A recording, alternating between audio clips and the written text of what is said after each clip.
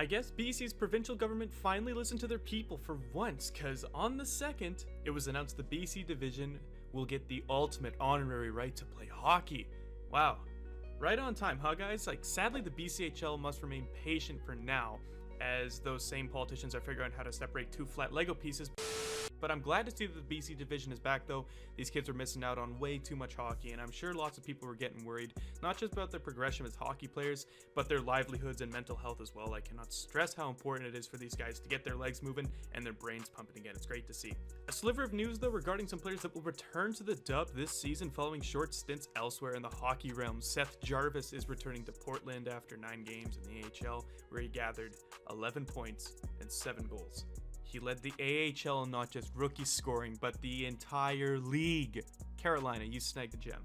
Just saying that. I mean, it's going to be neat seeing what he's going to be able to accomplish in his final season with the Winterhawks, but you know, like, maybe he should stay in the AHL, but that's a whole age thing. That's a separate story. Wouldn't quite go. Hawks delayed. Giroux, right wing, scored! 5th point of the night, Seth Jarvis. The Silvertips will see Gianni Fairbrother, Gage Gonzalez, and Dustin Wolf return from their AHL clubs respectively.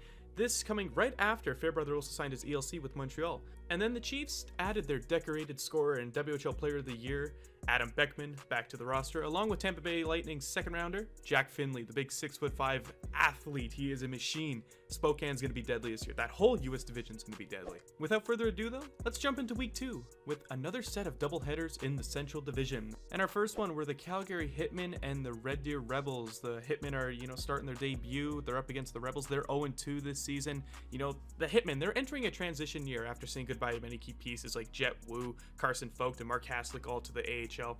But a fresh new wave of youngsters has striked the scene. One of those players that I noticed made a pretty big step in the right direction was Sean Shigell.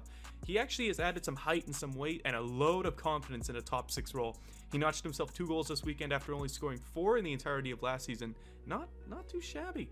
His first one came off of a great dish from Riley Stotts too after being in the sin bin. Just keep an eye on him for the 2021 draft. He was 4th overall in 2018 in the Bantam draft. He has what it takes to be drafted into the NHL. And then also, this is a funny one.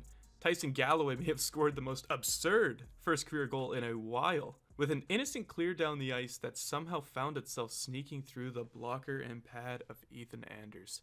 That's one he'll never forget in a 2-0 win over Red Deer.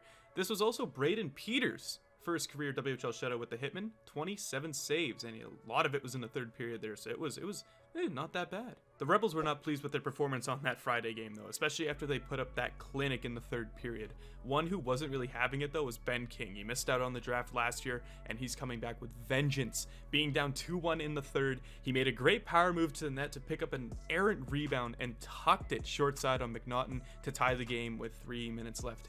And then in OT, King would do it again. He'd lay a nice cross-crease dish over to Arshdeep Baines, and he patiently on the backhand puts it in to give the Rebels their first win of the season in a hard-working, heroic game. This was just awesome to see the Rebels. They finally deserved it. So many 2-goal games, so many 1-goal games. They finally got their first win. Hopefully they keep coming in here. Speaking of teams that win a lot though, the Oil Kings were looking to extend their 2-game win streak in a competitive fashion in their doubleheader versus Medicine Hat.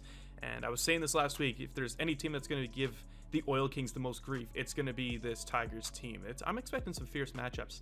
The first line was doing their normal dirty work. Gunther notched another 2 goals, bringing him up to 6 in 4 games. Like, this kid, he's nuts. But I found the depth scoring ultimately kept the Oil Kings alive in this miniseries. Jalen Lipin tallied home a difference-making shorty, and Liam Keeler chipped in 1 on the power play. This team is just a well-oiled machine. I don't think there's much stopping it, even if you suppress that top unit. You got the Carter Suches, the Jalen Lipins, the Scott Atkinsons, and if you get all through that, then you got Kosa to deal with. It's a weird concept to see this team losing, honestly. I don't think it's going to happen very much, especially in a 24-game season. The Tigers tried their hardest, and you know what? At least they avoided being slaughtered by the Oil Kings. It was a 4-2 loss and a 3-1 loss. But, they couldn't come off on top of the Oil Kings in each of those matchups there. But still, it's nice to see. I think it's going to be pretty much 1-2 with Medicine Hat there. There's going to be that big fight for 3rd. And, if maybe someone can get over Medicine Hat, but we'll have to wait and see. And for our top players of the week, let's just get right into it here. Braden Peters is going to be our first one for his astounding shutout over the Rebels on Friday. He stayed extremely composed in the final frame to keep the Hitmen brethren alive. And then Jalen Lipin, he snags the 2nd spot for his 2 goals and an assist, one of them being shorthanded. And I mean, look at that smile. This kid is a presence on and off the ice, and you can tell this kid loves to score. He loves to play for the Oil Kings. He's having fun. And then finally, Ben King for his dominance in each game this week, being rewarded with a huge tying goal and a bigger OT assist in the second matchup. And I'm also gonna go with King's team, the Red Deer Rebels, as the team of the week this time around, simply for their perseverance. They played their heart outs in a 2-0 loss and strike back on Saturday after being 2-0 down again, triumphing over the Hitmen. Well guys, I'm already sick of the 4-game format we got going here, but do not fear.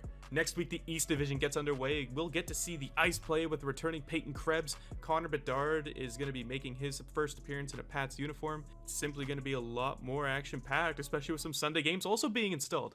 Hope you guys all enjoyed, and I'll see you guys next week. See ya.